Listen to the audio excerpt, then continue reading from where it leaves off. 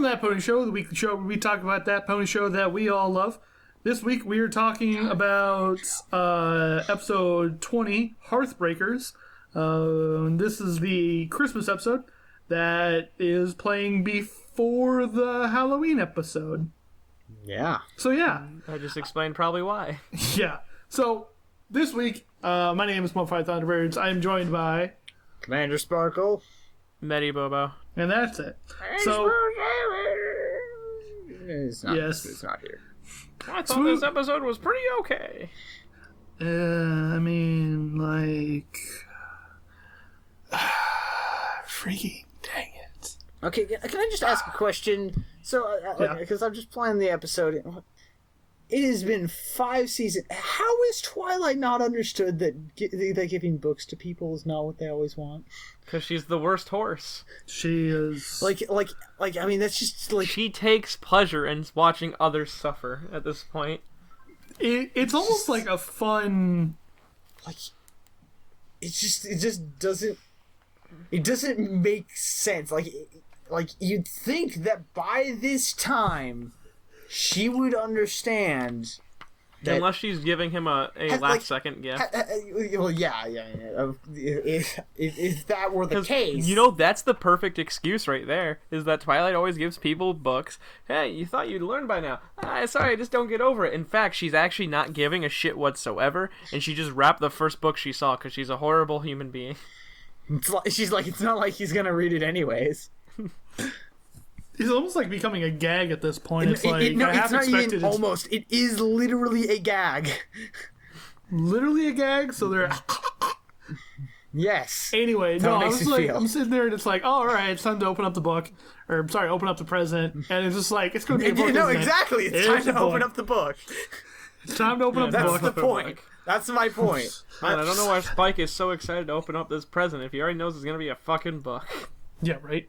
I just find it to be a bit of an annoying, like, you'd think that they would have characterized Twilight to have understood this. Has she never learned a lesson about, like... I don't think she has now. Dear Princess Celestia, She needs to learn I am terrible at giving books. Well, then again, today. you're also complaining about this. Zachorus in the opening title of the show, and she hasn't appeared once this season. That's true. Fuck, you're right, dude. They've not made too good a use of Sakura. That face when you leave your son in New York again. Wait. Yes. Never mind. She hasn't been in, like, forever. Like, since the beginning of, like, season 4. Yeah. Yeah, wow. Yeah, Zachora hasn't been in an episode since season 4. Brenda, like, what are you doing? Like... No, more like writers. Why no Zachora? Yeah. Well, clearly they just don't know how to write for her. But anyway, so, by the way, why is everybody's, like, time to, like, know that they have to go get on the train is when the train is at the station? Like, because it makes for good drama. It's like a cliche that it's become, like, oh, we're in Twilight's Castle, train horn. Well, we better get going. It would take you, like, a really long time to, like, get there. Also, Pinky shoving that apple into that pie. Very lewd. I have a couple of fanfics about that. Oh yeah. Well, yeah, this is just Pinky apple pie. Side note, I really like the like John Candy, Steve Martin ponies on the train. I like the Home Alone 2 pony. Yeah, they're really good. It's nice. It's nice little clever references like that. That don't completely, like, distract you and over, like beat it over your head with it. It's so good. Yeah, they didn't have a speaking role, which was fine. Mm-hmm. Also, Applejack explains Christmas via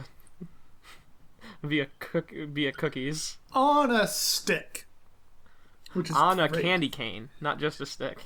It's true. A 10-foot candy cane, which is how we decipher the height charts of the boat. Yeah, Jesus Christ. Man, some fucking... You're bringing back some old shit. Yeah, that's some fucking old shit. Yeah. Wait, isn't that like the last time we had like a Christmas episode, though? Well, that was the first... that was. That was the last time and the first time before this. And those fucking, like Super Smash Brothers Wii U substitute high-quality image fucking gingerbread men. Yeah. Also, I love how Applejack pretty much explains the entirety of that last Christmas episode in like 10 seconds. Like if we could forget. Yeah. No, hey, that episode is great. I also like how they didn't retcon the fact that Celestia and Luna didn't exist before that. Yeah. Because I was so afraid that while she was explaining that, she would also brought up, and then Celestia and Luna, and I'm like, you fucking retconners. Yeah, I'm really glad that it's still like the... Wait, Really? They at least, like... They may make some bullshit, stupid mistakes, do some weird things with characters, but they generally are decent enough at, like, continuity of their universe. Yeah, and this also means that Starsworld the Bearded is older than Celestia and Luna. Yeah. I mean, from the Journal of the Two Pony Sisters, like, he sort of was, like, a teacher of theirs. Stupid.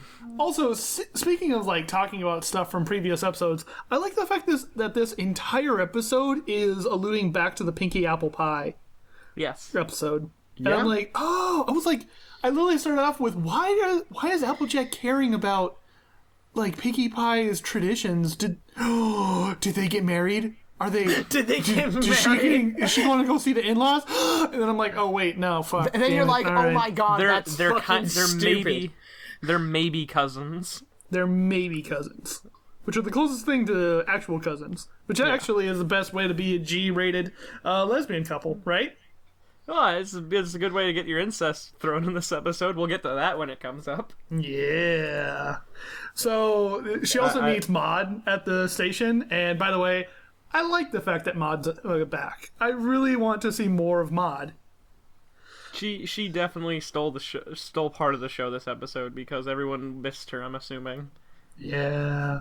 It's just like, oh, Maud, you flat-toned son of a bitch. I love her single eyebrow. Or her single eyelash, excuse me. Yeah, it was like single eyebrow. I almost want to believe that's like swooped mascara.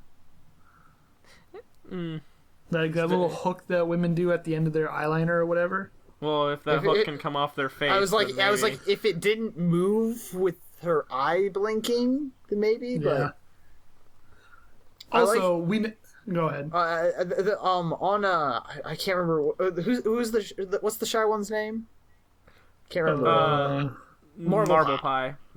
Hers look actually a little bit more like what you're talking about than Maud's. Yeah. Yeah.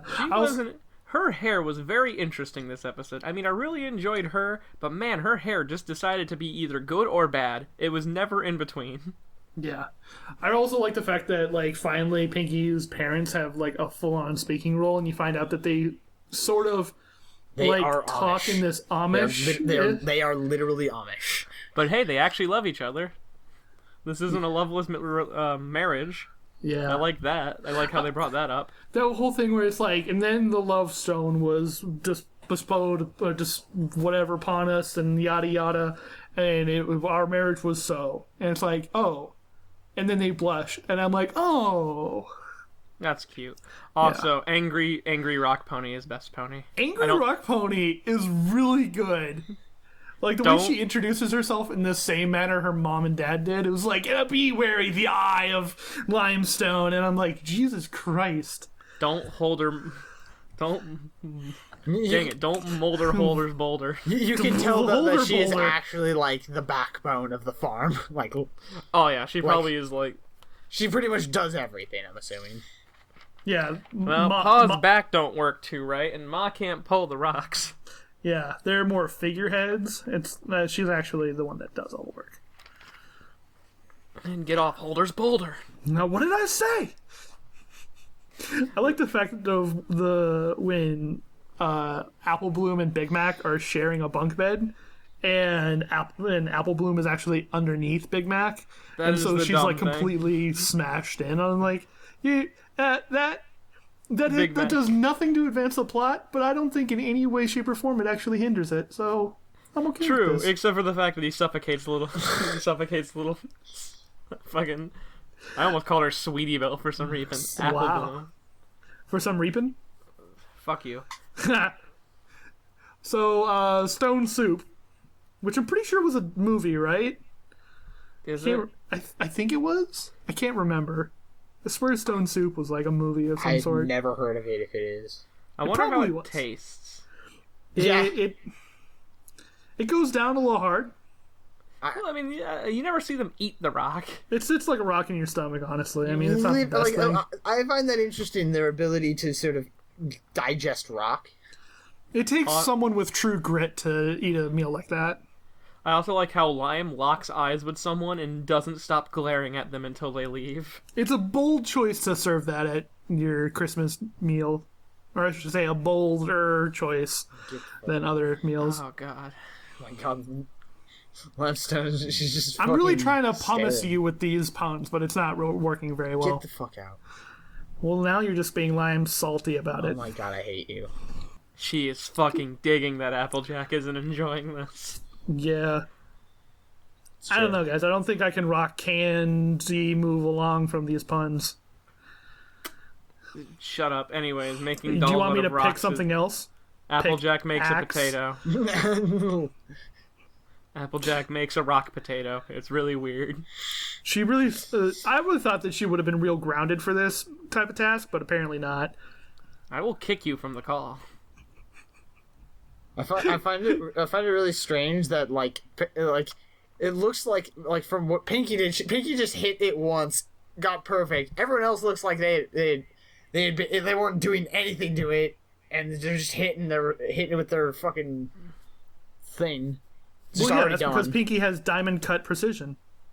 She's like, okay, if I hit it right here. She probably, she grew up on the rock farm, so she probably understands how to make these right. Well, Yeah, and that's no reason to fault her for it. I just find it interesting how like everyone else looks like because they had just started theirs. Looks like they had already finished theirs, but then they're still like hitting at it. I'm like, what?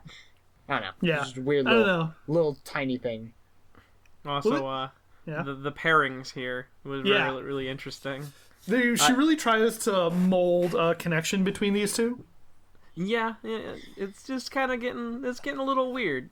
Big Mac and Marble. It's a little weird. Well, even the parents as well. I mean, they really tried to, okay, stop. Anyways, the fact that her hair is in her face also bothers me.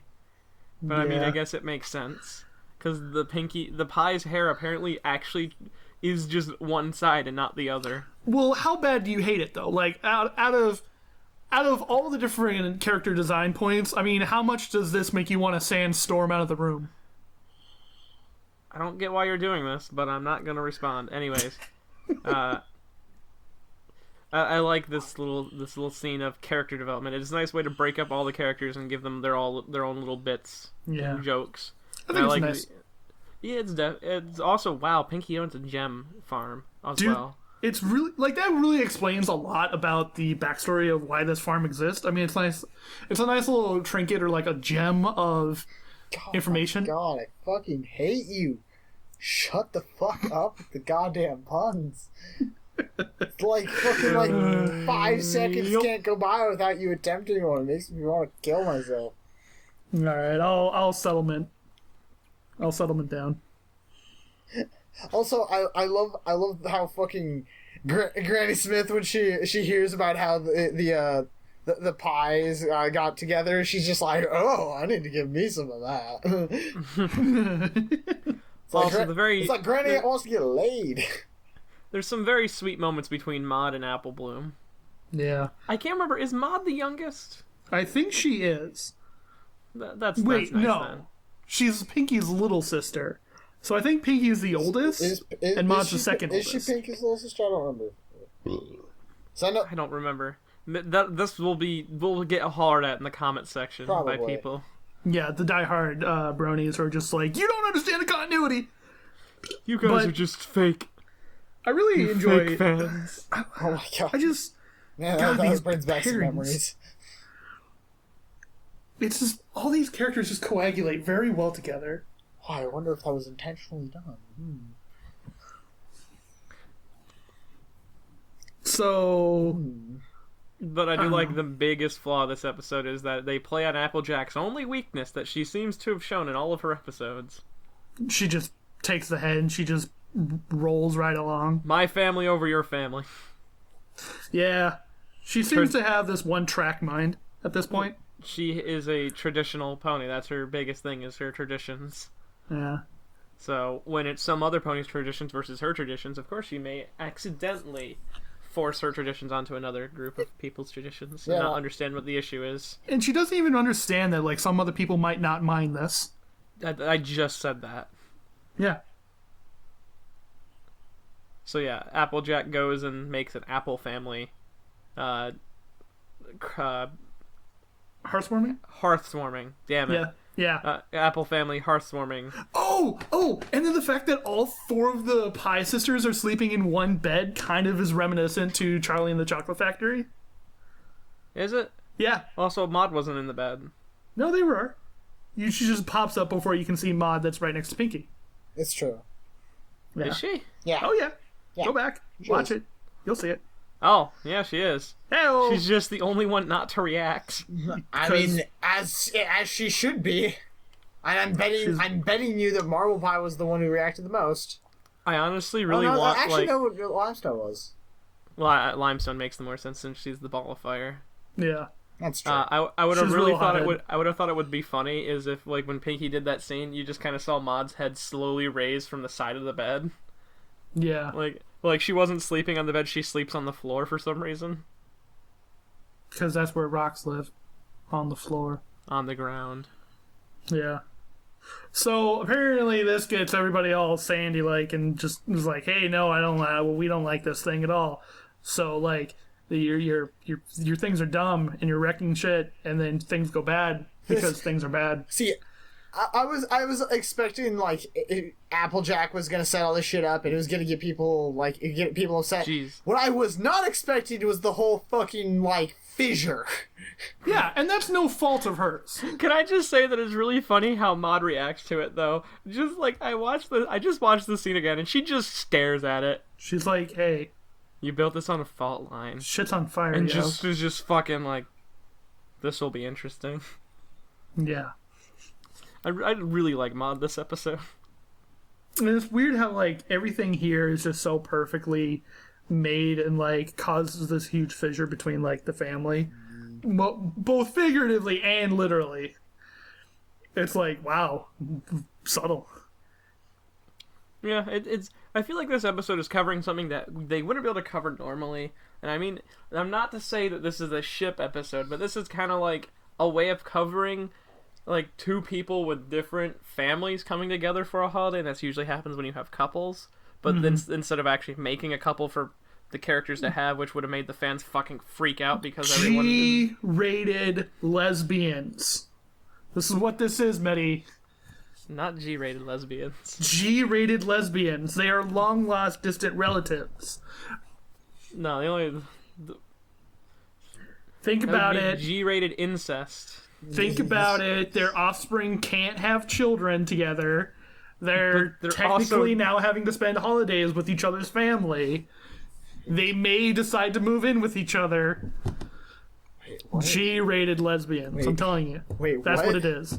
What? I don't know where this is coming from, but whatever. I was following, and then I'm not following anymore. I mean, like, I like how they act like alike when they are doing the scenes where they mirror each other, and I like how it only happened twice, and it wasn't like annoying. It was like a few seconds of them mimicking each other's voice. That was kind of cute. It was like at the beginning, and then they tied back to that when, like, after all the bullshit. I thought that was a good way, a good use of it. Yeah. Ugh. Sorry, my bad. So yeah, they're just like, oh yeah, we fucked up. I guess we're just gonna go home. It also, although that one scene also sort of shows the, like, similarity in very, very, very different ponies like Applejack and Pinkie Pie. Because I mean, their personalities, backgrounds, and all this are so drastically different. But, like, this show is racist because the Earth ponies need to act alike. Oh yeah, it's all because they're Earth ponies. Yeah, that's the only reason. But I did like how as soon as Applejack realizes what the real mistake here was, she knows how to fix it. It hits her like a ton of bricks, or in this case, a giant fucking rock present. I can't remember what it is. The nice joke of Maud being like, "I'm pushing as hard as I can." Well, yeah. That's just like, Her dry humor is literally gold in any situation. Well, we know Maud is super strong too, so it gives you a hint on how powerful, like how big and heavy this boulder is. She's probably doing like 50% of the work. It's probably very dense. Maud has that. Oh, I can't say that on this show. Never mind. Yeah, please no. I'll say it afterwards. Please do. So, Apple family comes to the rescue to explain that they're completely sorry and whatnot and blah blah blah yada yada yada, conflict resolution, and they have to like push the thing, and I'm like, all right. Yeah. And I also like how even accepting Limestone still has angry eyes. Yeah.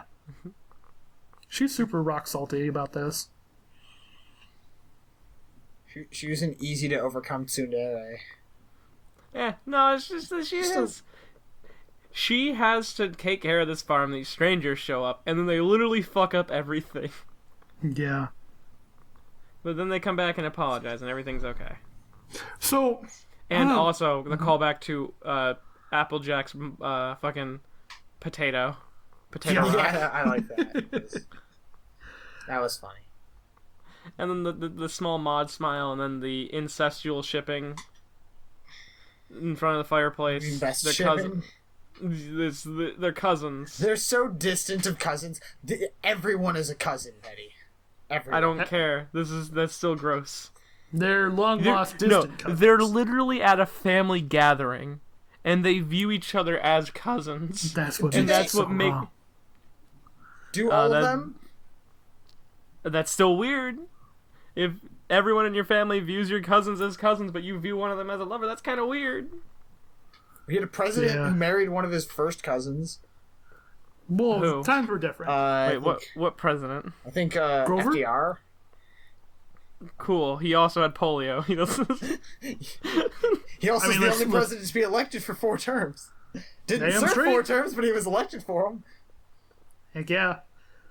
So then, Maud then at the very end drops a rock on everybody and says that, oh yeah, she's got some holiday songs to sing. And guess what? They're all about rocks. So she drops that deep, hard-hitting philosophy, and just there it is. And there's that fucking episode. So this was what again? Remembering Hearthstone, or no, sorry, Hearthbreakers. The episode 20. I can't be bothered to find out who it was that wrote this one. Do you guys know? No, I mean, you could just look at the beginning of the episode. I probably could, but I'm too lazy, so too bad.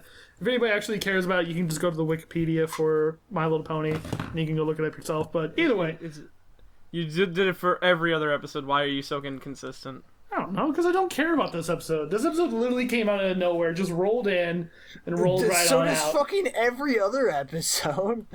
But it's a Christmas episode in October. Who the fuck Christmas episodes are the best.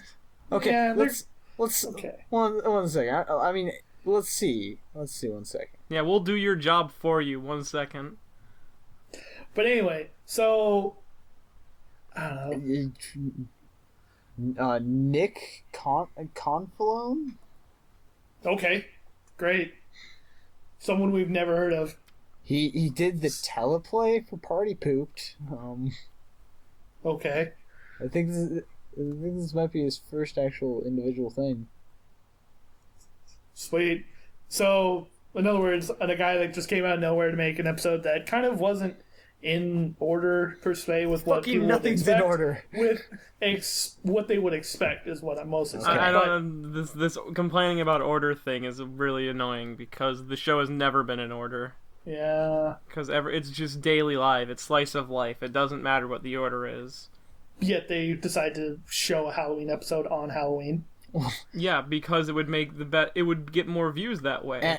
Yeah, like I mean, if they can have, you do realize like it makes sense to make a Halloween episode play the day before Halloween or on Halloween. It is on But Halloween. maybe having the Christmas episode sometime in December. Except for the show season isn't going to.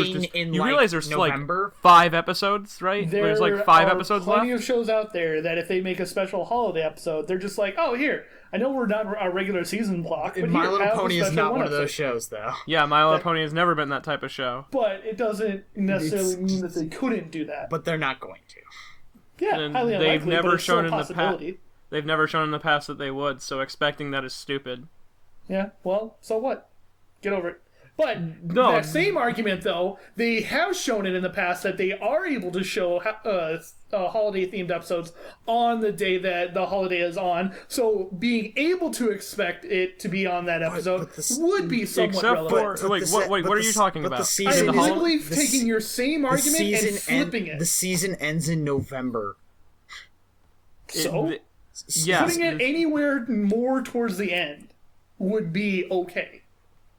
In my opinion, unless literally every episode is kind of sort of tied into the next episode. I don't know. I don't. It just I'm not super upset about it. It's a minor gripe that I think could be easily explained away. Yeah, it could be easily explained away why the show I just hasn't been think it's consistent in the fucking past, so whatever. it doesn't matter. Yeah, Also, but- that's weird. So I'm looking at the air dates of the episodes. Apparently in Canada, Scaremaster came out today, on Saturday.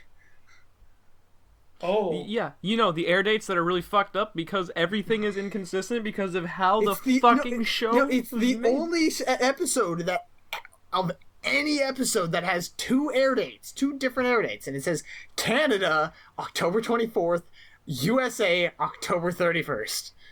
yeah. Maybe it's because their Halloween comes earlier. I don't know. That Ask freaking Strack they Attack. better fucking not. I don't know. It could be a Canadian thing. It's Canadian Halloween. Well, they already had their Thanksgiving, so it could have. Yeah, Like, I don't know. I mean, Canada's getting Netflix to stream the Star Wars movie, where America isn't. Yeah. So there's Canada does that. things differently. It's true, but like, Either way, I don't know. that has been this episode of Hearthbreakers, the episode where they try to do the thing with the holidays, but inevitably it's just weird, whatever. Anyway, That's next week we from get a Mollified's holiday episode perspective. that's actually premiering on a holiday, and we're super excited about that. So for those of you Are who have we? seen the episode yet, shh, yeah, shut the we're fuck not going up. to talk about this episode. We're going to save it for next week. Next week we'll talk You about the Halloween spoil it, episode. you're banned from the comments. Get the fuck out. I mean, technically, we could watch it right after this recording, and then do No. a That Pony show and have it ahead of time. But I don't. We're not doing We could actually have the That Pony Show Well, air before the actual episode comes out. I mean, the episode has come out. I mean, like, Well, air date episode. only people who have no access to the internet haven't seen it probably at this point. But honestly, like, who are those people that have access to the internet but a basic cable connection? those people Yeah. are watching the show. There are people like that. I know. Internet's I- internet That's a not very good. small selection of people, though. No, it's- And then, not besides, very- those people wouldn't matter to us because they wouldn't be hearing our opinion. Because they don't have access I to don't know. Maybe they're at their thing. friend's house and they're like, "Man, I really love Euro C sucks." Oh no, they spoiled the episode for me. Oh, no! And we lost a subscriber. Oh, man. no. Oh darn. If all of our stupid tomfoolery shenanigans haven't already caused us to lose one or two subscribers, One or then two. this. Wow. Yeah. Sure. Anyway, that's been saying. Hearthbreakers. This week, this episode's been filled with Mollified Thunderbirds, along with. Commander Sparkle. And Medi Boo Boo. And remember, we'll see you next week. Bye, guys.